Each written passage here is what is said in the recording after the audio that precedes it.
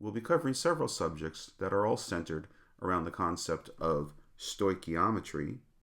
And stoichiometry is simply the mass relationships between substances in a chemical reaction, and it basically follows the laws of conservation of mass, meaning that mass cannot be created or destroyed during the chemical reaction.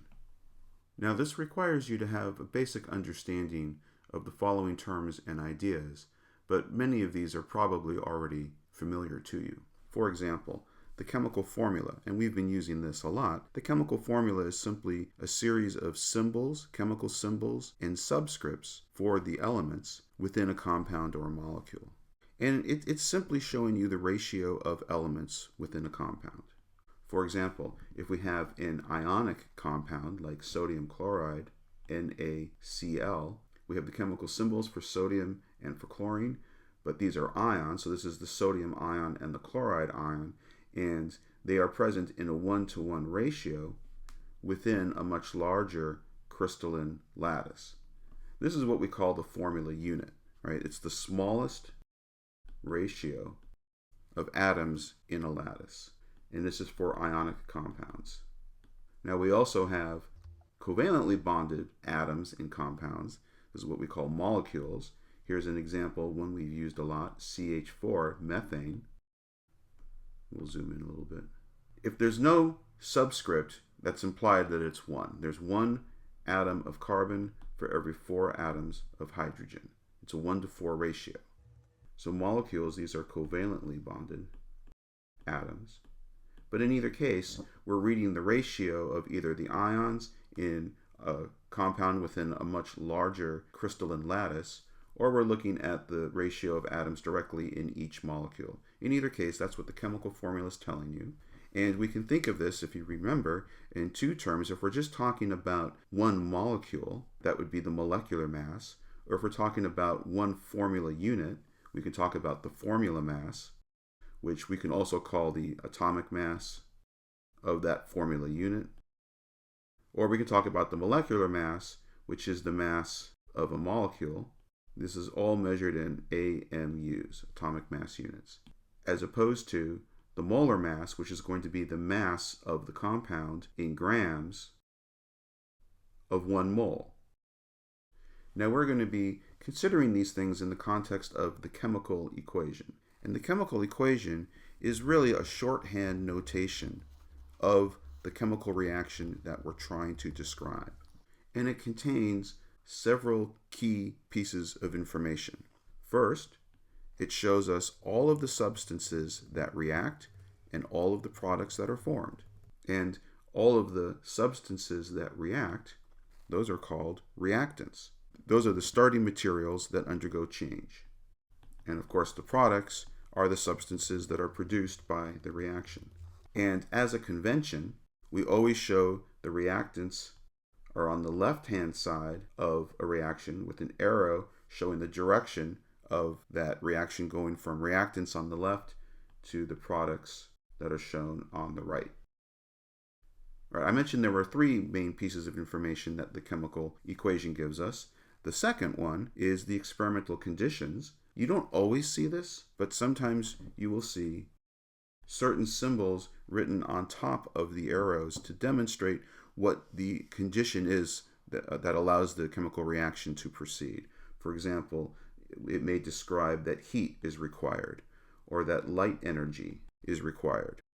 So sometimes heat would be shown with a little delta symbol for heat. Light energy would be lambda nu for wavelength and frequency. You'll sometimes see that written on top of an arrow like this. The third piece of information that we use in our shorthand notation of the chemical reaction is showing what the physical state is. Specifically, if they're a gas, a liquid, or a solid, we use a lowercase g or lowercase l or lowercase s in parentheses to denote the physical state.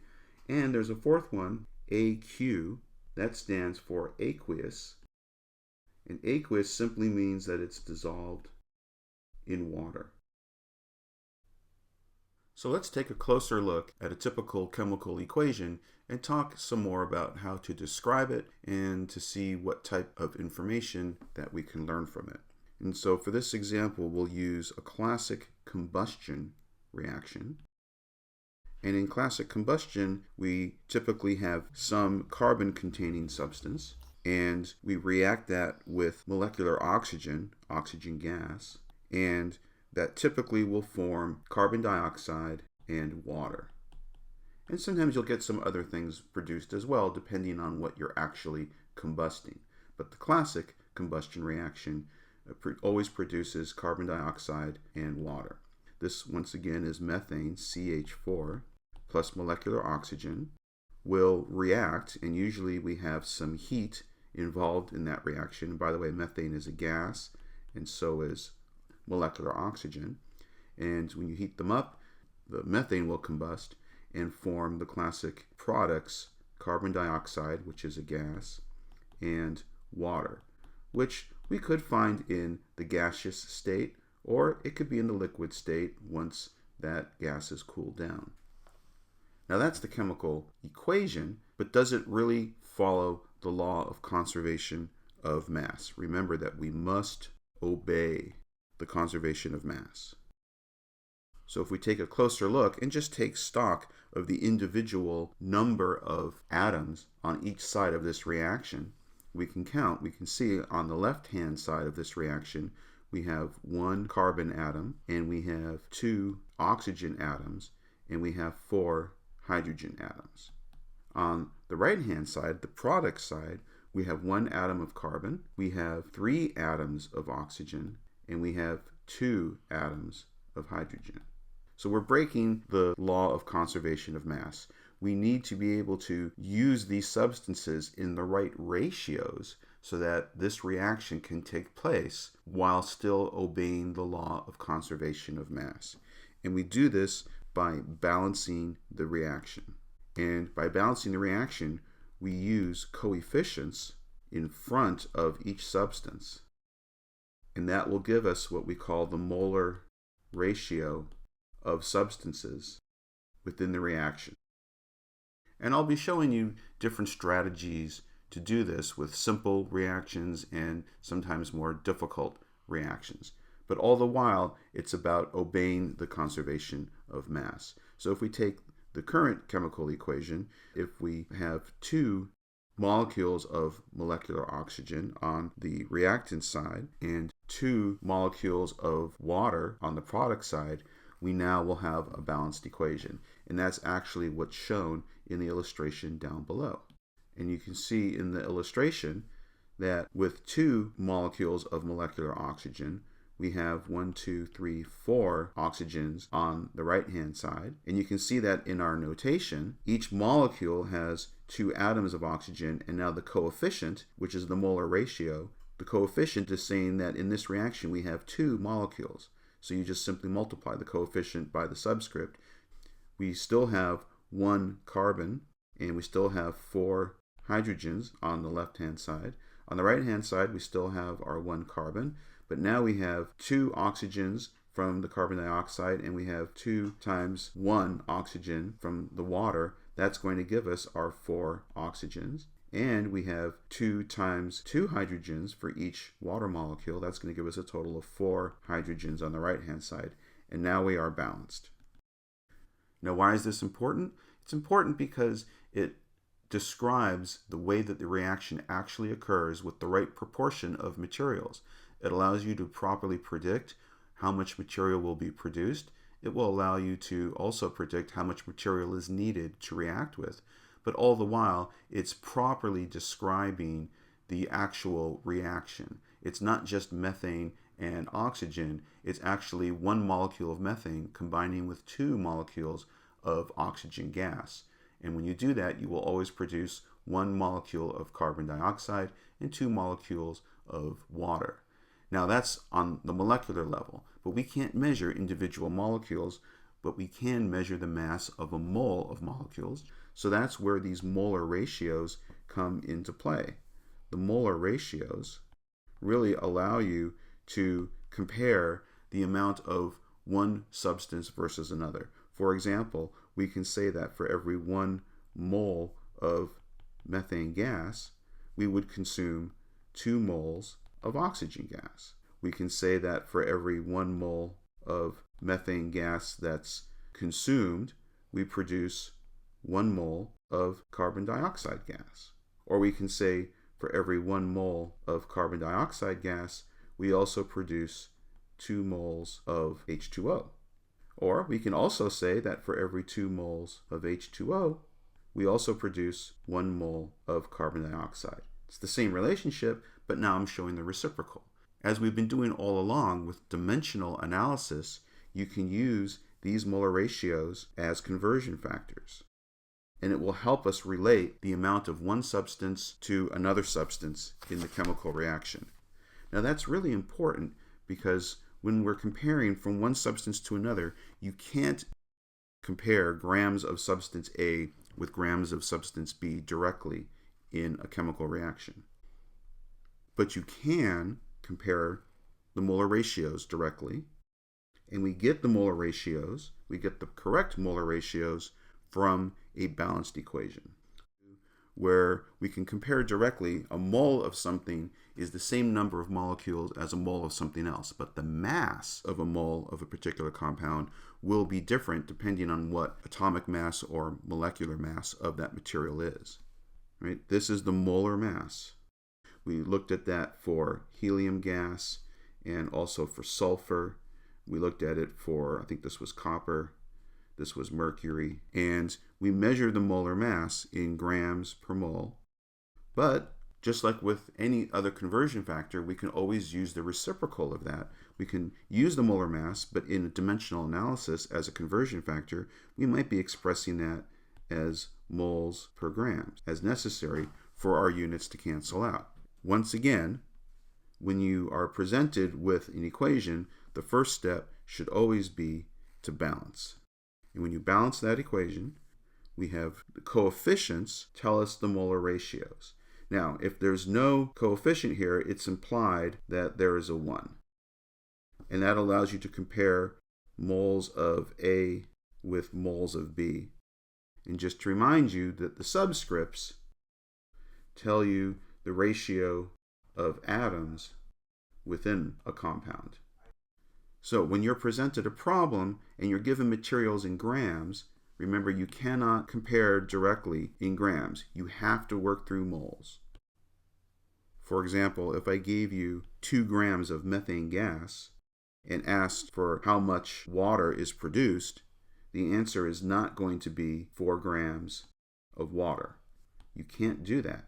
You have to work through moles. So you have to do the classic dimensional analysis, where you start with what's given, 2.0 grams of methane, and then you need to use a series of conversion factors.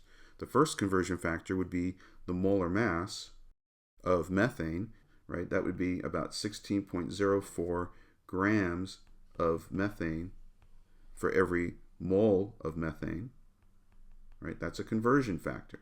Then we can use another conversion factor to relate moles of methane to moles of H2O, and that's where we use our molar ratios. We know that there's 1 mole of methane gas for every 2 moles of water, right? This is our molar ratio. And then we would have a third conversion factor, which is going to be the molar mass of water, because we need to calculate how many grams of water are produced. So we know that for every 1 mole of water, and you again get this from the periodic table, you can calculate that the molar mass of water is 18.01 grams of water for every mole of water.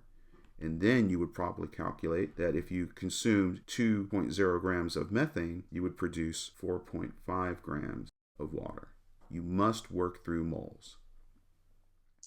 That's one form of stoichiometry, the molar ratios of compounds within a reaction. Today, we're going to talk about a similar kind of stoichiometry, which is the molar ratio of elements within a compound. That's also stoichiometry. I'll just put that here. Yeah, stoichiometry is a big word. and it covers a lot of stuff. All right, so percent composition, and then we're going to talk about empirical and molecular formulas. You already know what a molecular formula is. That's what we've been working with all along. Methane is an example of a molecular formula, CH4. But we can also talk about the percent composition of each element within methane. So let's take a look at that. Methane, CH4, molecular formula.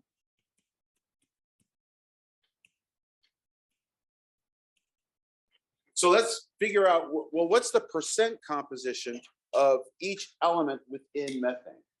And to do that, we're going to take the mass of each element and divide it by the total mass of the compound. So let's first figure out, well, what's the molecular mass of methane? We know how to do that. We've done that plenty of times. We take, there's one atom of carbon. What's the atomic mass of carbon? It's on the periodic table. 12.011. Okay, we have one of those, and we have 4 hydrogens. Each hydrogen is 1.008 atomic mass units, and there's 4 of them, so that's going to be 4.032.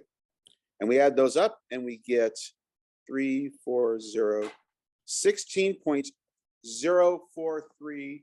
Now this is either going to be AMU per molecule, but of course we want to work in moles. But we know now from chapter, what chapter was it? Chapter 2, I think. We know now that that's the same as grams per mole. So if I want 1 mole of methane, I'm going to go to the balance and I'm going to measure out 16.043 grams, and that will give me 1 mole of methane. So now let's see, well, what percent is carbon of methane and what percent is hydrogen of methane? So to do that, well, let's do this for 1 mole.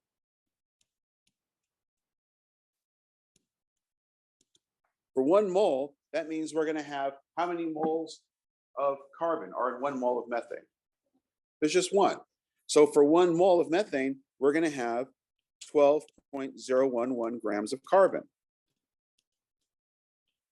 divided by the mass of 1 mole of methane. That's 16.043 grams of CH4. Now this is going to be a percent. So we're going to multiply this by 100 to get this as a percentage.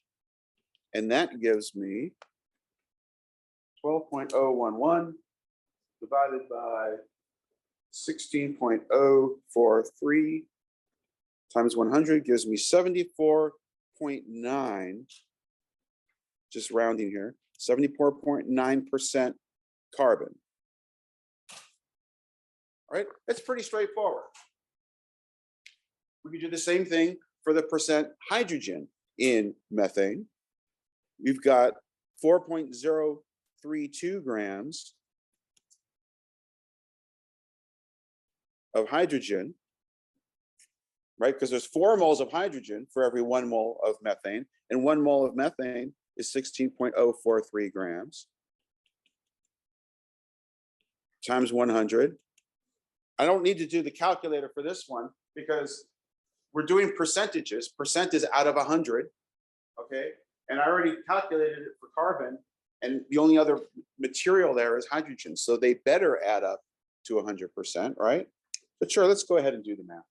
25.1% hydrogen. And sure enough, they add up to 100%. Because after all, percent, what does that word mean? Per cent. I don't know if anyone's ever thought to realize that.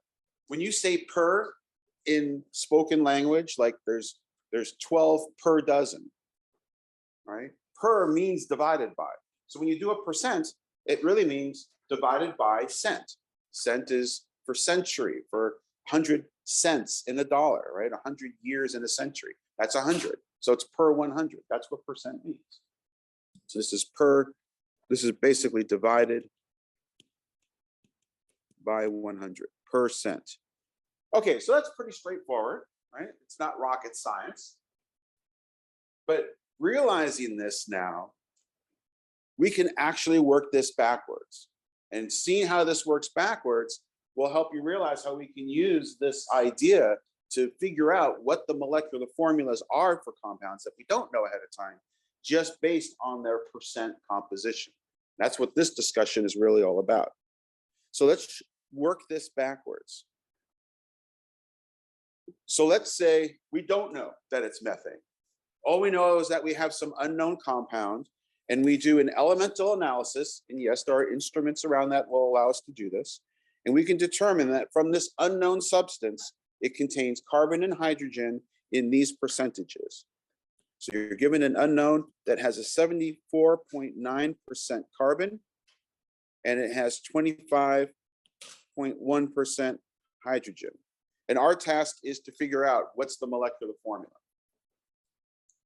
Well, as I just told you, percent, that's out of 100. We're told what the percentages are. So here's a really useful trick, okay? It's actually not a trick, it's a useful tool.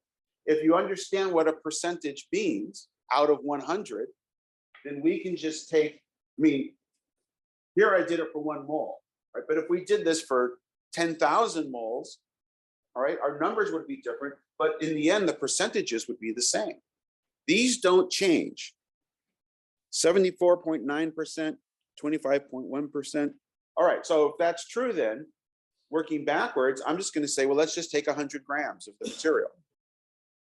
The percentages will be the same, but now I'm going to do it out of 100 grams, so I can easily convert these percentages into grams. All right, so I'm going to say in 100 grams, this is what we have. That means in 100 grams, if it's 74.9% carbon, how many grams of carbon is it? 74.9.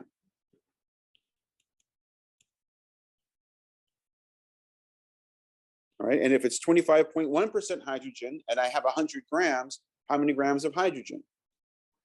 25.1. Okay, that's grams, that's in mass.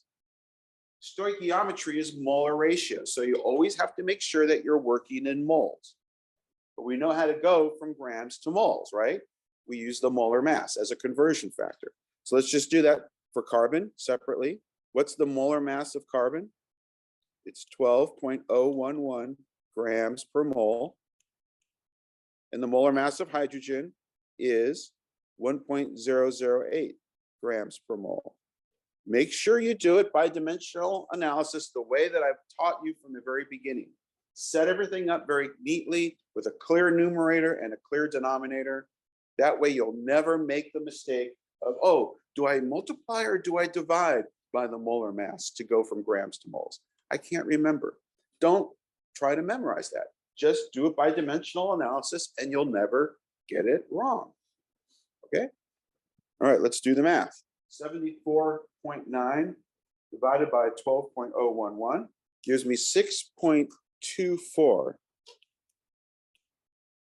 That's moles of carbon.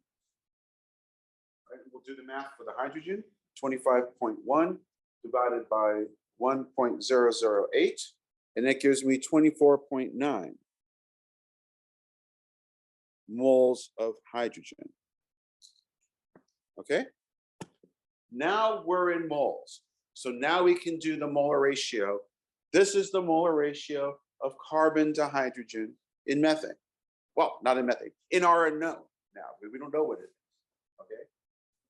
So if I were to write that as a molecular formula, let's just put that up here.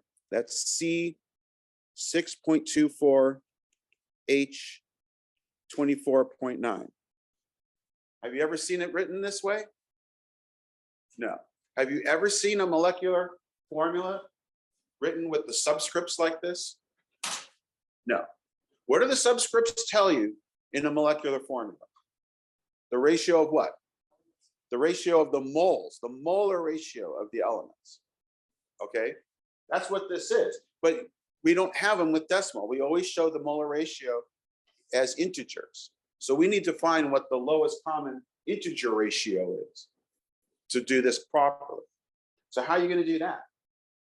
How are we going to get 6.24 to 24.9 down to an integer ratio?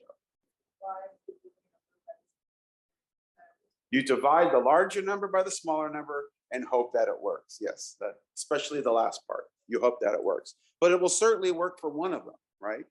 So to rephrase what you said just a little bit, we're going to take the lowest number and divide everything by the lowest number. That will at least reduce, whichever one has the lowest number of moles in this ratio, that should get it down to 1 by definition, right? So if we divide both of these by 6.24, now we're going to get a 1 for the carbon. And what do we get for the hydrogen? 24.9 divided by 6.24, 3.99. Not too bad, right? That'll clearly round to 4, okay? So, and that's of course what we're expecting because we already know what this is, right? We're just working the methane backwards. So it should be 1 to 4, carbon to hydrogen. And it is, right? But you have to do this last step when you're working as an unknown, right? You first just figure out what the moles are, that's the molar ratio, and then you divide by the lowest number of moles for a given element to come up with the ratio. Now, sometimes it won't come out perfectly 1 to 4. It might be 1 to 2.5 or something in between, right? We'll get there. I'll show you some examples of that. There may be one more step that you have to do beyond this. But right now, what we know is that the formula that we get, the ratio, is CH4. Now, formally, we don't know what this is, right? We don't know that it's methane if we were working as an unknown. All we know for sure is that we have this, what we call an empirical formula. That's what this is right now. It's just the lowest integer ratio of the elements.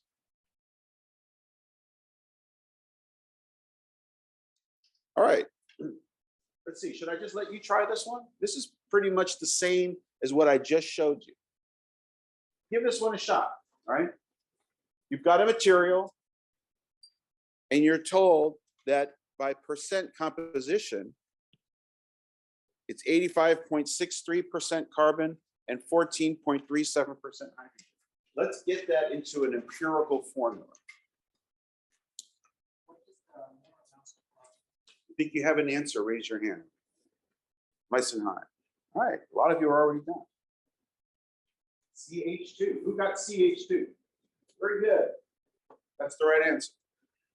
We're given percentages, so we're gonna say in 100 grams of that material then, we should have 85.63 grams of carbon and 14.37 grams of hydrogen. That's by mass. So we're going to get those into by moles. So we're going to take this 12.011 grams per mole for carbon. And this is 1.008 grams per mole for hydrogen. And notice these are the molar masses that I'm using, but it's the reciprocal of the molar mass. It's okay, I'm doing dimensional analysis. All right, so I got 80, let's turn it on first. 85.63 divided by 12.011, and I'll round to 2 decimals here. You don't want to round too severely here. I wouldn't round this to just 7, okay? You want to carry a few decimals when you're working with moles here, all right? Especially when we're doing molar ratios, you want to make sure that you have the correct molar ratio. And for some complicated compounds, all right, you could get the wrong answer if you round too severely. So, you know, keep it to 1 or 2 decimals, you should be okay. I'm going to go to 2 decimals just to be safe here. So 7.13 moles of carbon, and for hydrogen, 14.37 divided by 1.008 gives me 14.26. Okay, I don't think I need to be worried about getting the wrong ratio here. Can you already see it just based on these numbers? Yeah, it's pretty clearly 1 to 2, isn't it? Because 7.13 twice is 14.26. But formally, that's what we would do here. We would divide each by 7.13, and that would give us the final empirical formula, CH2. Remember, it's not going to be C7.13H 14.26. We don't do that. We distill it down to CH2. Now, that's only the empirical formula. And if we weren't told any other information, that's all we'd be able to calculate. But we are told one more piece of information. We're told what the molecular mass of this compound is. We're told that it's 280 atomic mass units. That's, of course, the same as grams per mole.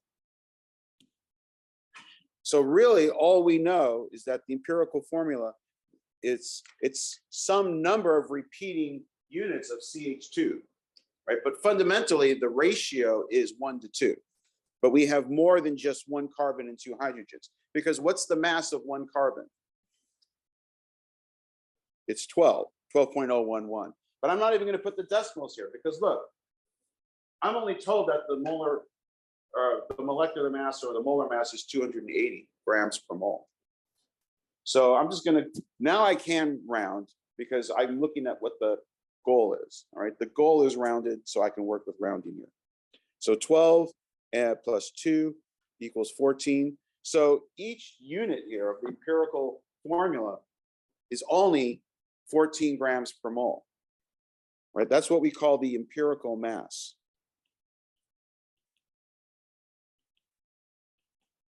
The empirical mass is simply the mass of the empirical formula,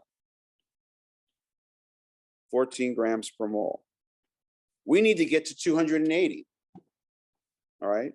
So 280 grams per mole is equal to some repeating unit, CH2 sub N, but this is already 14 grams per mole.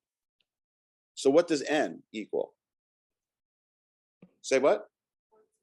14? No, 20. It's 20. 20 times 14 is 280. Okay? So N equals 20.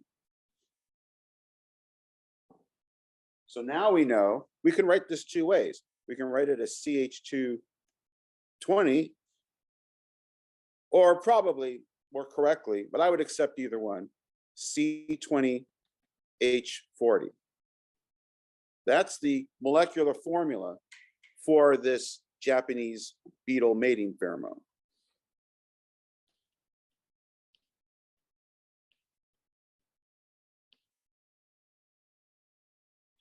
Whereas this one, CH2, that's the empirical formula. I didn't write formula, I just wrote empirical.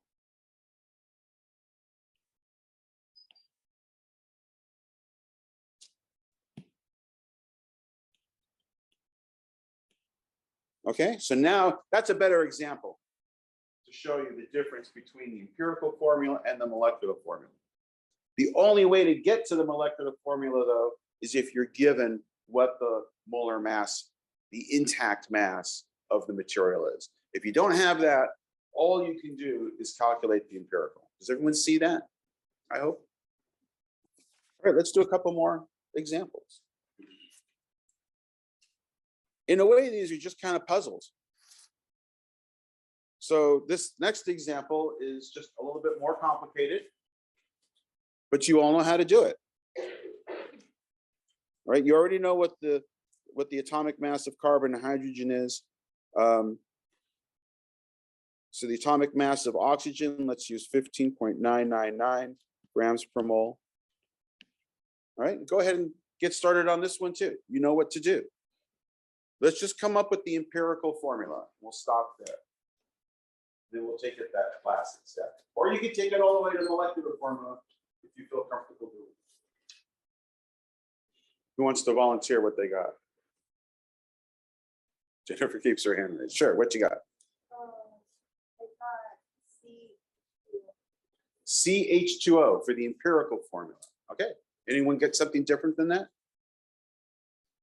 All right, let's see if it's right. All right, let's take it through.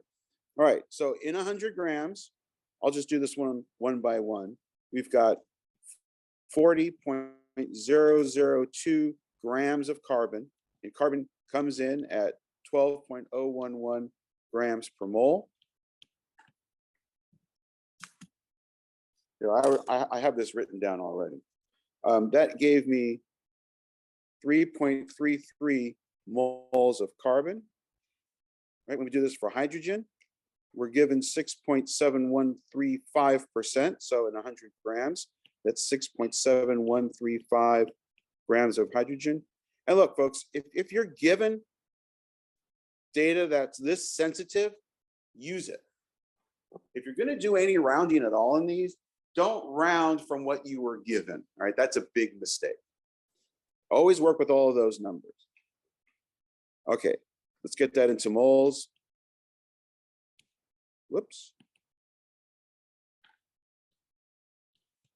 And that gave me 6.66 moles of hydrogen, and the oxygen is 53.284 grams in 100 grams, and the molar mass gave me 3.33 moles of oxygen. Right now, you can pretty clearly see that the ratio is 1 to 2 to 1.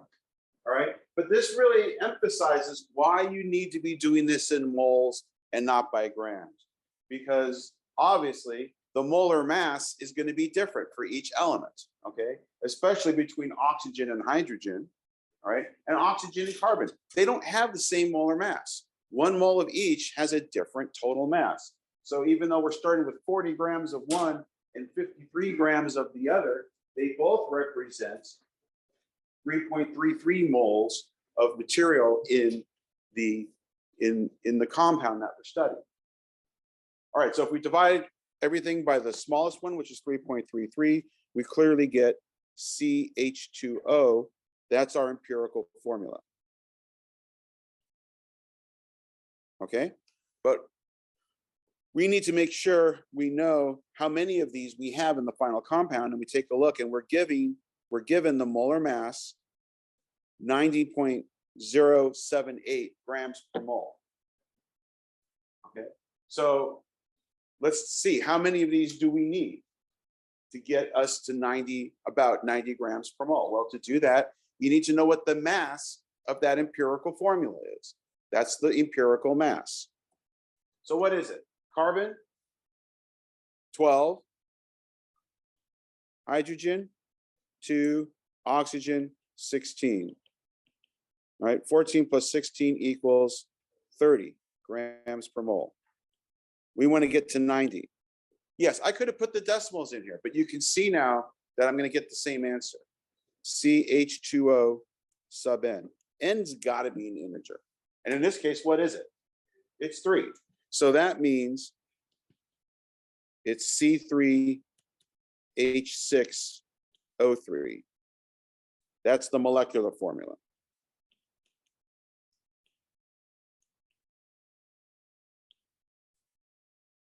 Okay? Oh, we have a question first. Yeah. So the N has to be there. Yes, that's exactly correct. So the question was, since I said that N has to be integer, can we just use the nominal masses for the empirical formula? And the answer is yes. That's what I was getting at. So yeah, you don't want to round too severely when you're coming up with the molar ratios, okay? But because N in the molecular formula, that has to be an integer, so you can get away with just using the nominal masses. Now, that's easy to do with carbon, hydrogen, and oxygen because they come to nice round numbers. When you're working with some elements, the molar mass of some elements, like iron 56.8, or what's another good one? Magnesium 24.3, right? You don't want to round those too severely either, right? You don't want to do that. So if it's some decimal that's not that close to 0, I mean, just go ahead and put an extra decimal in there. You'll be okay. It doesn't take that much time. All right, let's do this next one here. You're told some information, and you're told all the information you need. Iron oxide. All right, we've done nomenclature now. So what does this mean, iron oxide? What's in it? What's in an iron oxide? Iron and oxygen, and that's it. but you're only told the percent composition of the iron, right? But you also know that there's only iron and oxygen. So we can deduce then that the oxygen is whatever is left over. That's 27.63% oxygen by mass. So let's go ahead. In 100 grams, we've got 72.37 grams of iron. Now we need the molar mass of iron, 55.845 grams per mole of iron, and that gives us 1.296 moles of iron. Okay? And then for oxygen, we've got 27.63 grams of oxygen.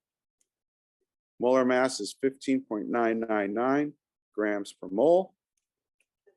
Thank you. 1.727 moles of oxygen.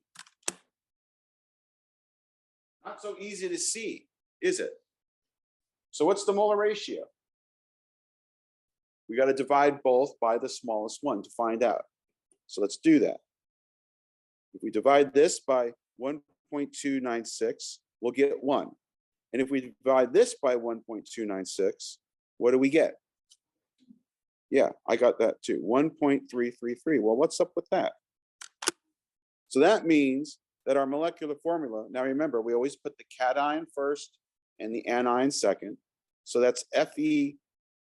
Well, if it's 1, we don't put a 1 there. Remember, in the subscripts, as well as our coefficients for that matter, if it's 1, we don't put it in. So FeO 1.33. Does that make any sense? No. I would not accept that as an empirical formula. The empirical formula has to be the lowest integer ratio of the moles of the elements within a compound. So what are you going to do? Yeah. I want to round it up to whole numbers. So if I multiply this by 3, that's going to give me Fe3O4. And now I have my empirical formula.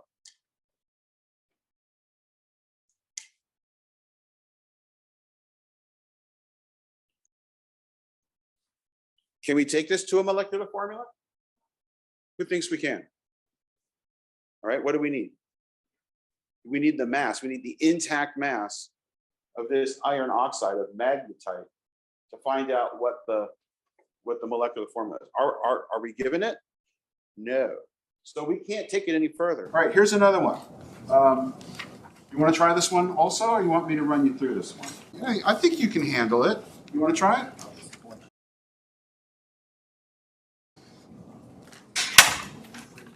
All right, let's go ahead and solve this. Well, actually, who thinks they have an answer? So the first part of this is the same as it's always been. We look in 100 grams of the material. We're given the percentages so we can convert that into moles in that 100 grams. So in 100 grams, we have 43.64 grams of phosphorus. And we know that the molar mass of phosphorus is 30.974 grams per mole. And that should give us 1.4 moles of phosphorus. So for the oxygen, we have 56.36 grams of oxygen. That comes in at 15.999 grams per mole. That gives me 3.5 moles of oxygen.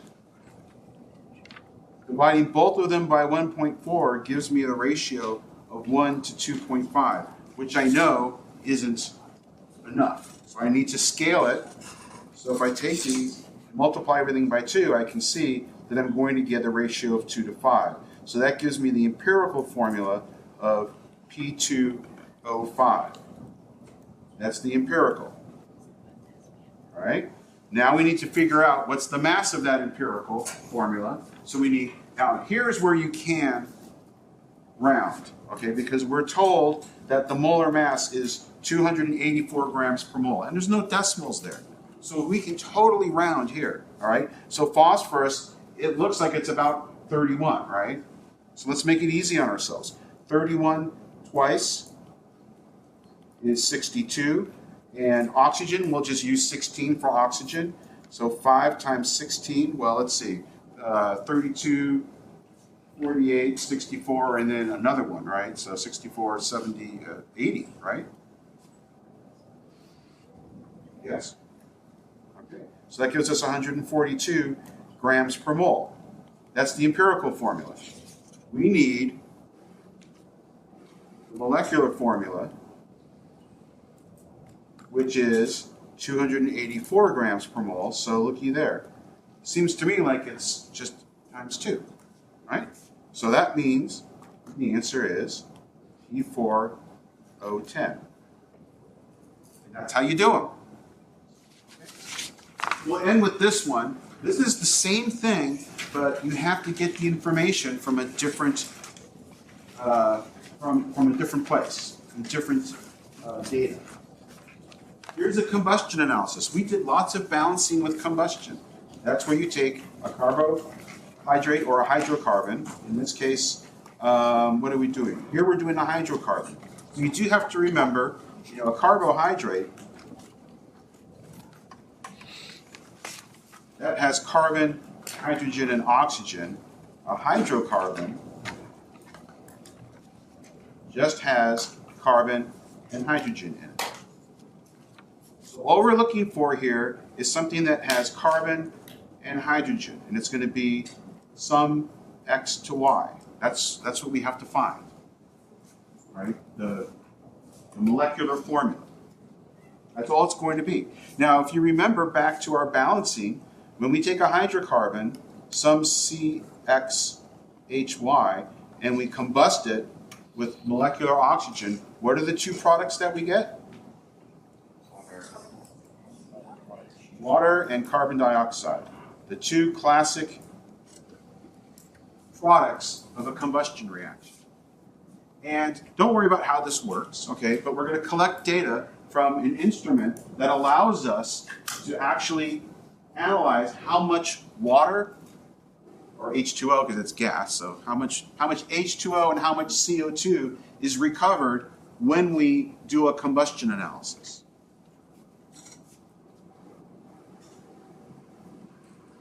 Now you're not told how much material that we're actually combusting, which is interesting. Okay? But from this, you're not told how much you combusted, but when you do it, you recover 1.320 grams of carbon dioxide and 1.541 grams of H2O. We need to get moles of carbon and moles of hydrogen. But if you notice, okay, in our classic combustion reaction, all of the hydrogen is in the H2O, and all of the carbon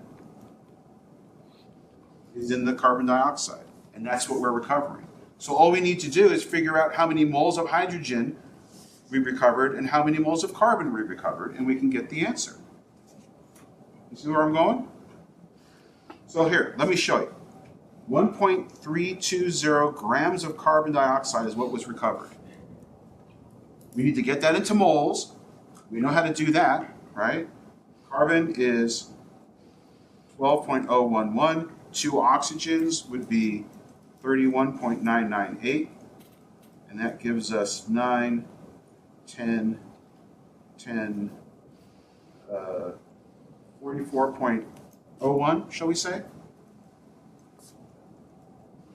So 44.01 grams of CO2 for every mole of CO2.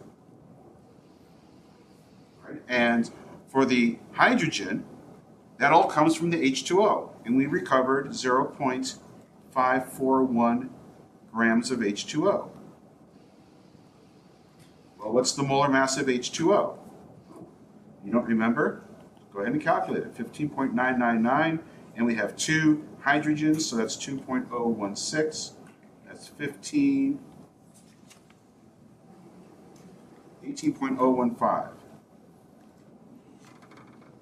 grams of H2O every mole of H2O. Now, if I calculate what I just wrote up here, that's going to tell me the moles of carbon dioxide and the moles of H2O. But I want moles of carbon and moles of hydrogen. So we need one more term. Dimensional analysis. Make sure your units cancel out. For every 1 mole of CO2, how many moles of carbon are there? There's 1 mole of carbon for every 1 mole of CO2, right? That's what the that's what the molecular formula tells you. For every 1 mole of H2O, how many moles of hydrogen are there? 2. Now we can get moles of carbon and moles of carbon dioxide. 1.32 divided by 44.01 gives me 0.03 moles of carbon. And for hydrogen, we've got 0.541 divided by 18.015 multiplied by 2 gives me 0.06 moles of hydrogen. So now we know what the empirical formula is. You see? And then the rest is the same as what we've been doing. What's the empirical formula? CH2, right? There's 2 moles of hydrogen for every 1 mole of carbon in whatever this material is. What's the molecular formula? There's the mass. What's the molecular formula?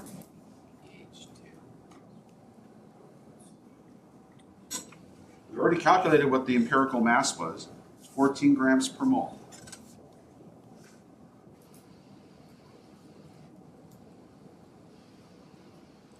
What's N? So what's the molecular formula?